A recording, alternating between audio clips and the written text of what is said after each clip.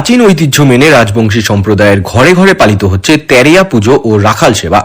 জানা যায় প্রতি বছর 13ই ফাল্গুনের দিনটিতে রাজবংশী সম্প্রদায়ের মানুষেরা ঠান্ডাকে বিদায় জানানোর জন্য তেরিয়া পূজার আয়োজন করে থাকে এবং এই পুজোর পরিসমাপ্তি ঘটে পাড়ার সকলকে নিয়ে ভোজনের মধ্য দিয়ে, যা রাজবংশী সম্প্রদায়ের মধ্যে রাখাল সেবা নামে পরিচিত। রাজবংশী সম্প্রদায়ের বিশ্বাস অনুযায়ী এই পুজোর মধ্য দিয়ে ঠান্ডাকে বিদায় জানিয়ে নতুন ঋতুকে স্বাগত জানানো হয়। রাজবংশী সম্প্রদায়ের বাসিন্দারা জানান, এই পূজার উপকরণ হিসাবে একটি কলার ঢাকনা, শিমুল, পলাশ ও বসন্তের নানা ধরনের ফুল, গোবর, জল, তুলসী পাতা ও ধূপকাঠির প্রয়োজন হয়। প্রথমে কলার ঢাকনায় শিমুল, পলাশ প্রভৃতি বিভিন্ন ধরনের ফুল দিয়ে সাজানো হয়।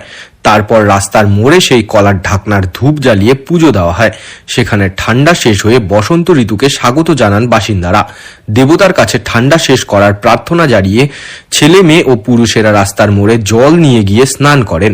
কথিত আছে, তেরিয়া পুজোর পর সেখানে স্নান করে দৌড়ে বাড়ি ফিরে যেতে হয়, পিছন ফিরে দেখা চলবে না। রাজবংশীদের বিশ্বাস অনুযায়ী পিছন ফিরে দেখলে সেই ব্যক্তির মন থেকে ঠান্ডা যায় না। পুজোর দ্বিতীয় ধাপ অবশ্য রাত্রিতে।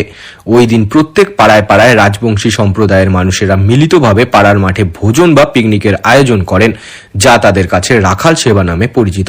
সেখানে গ্রামের পুরুষেরা দেবতাদের উদ্দেশ্যে তর্পণ করে রান্নাবান্না করে পরিবেশন করেন।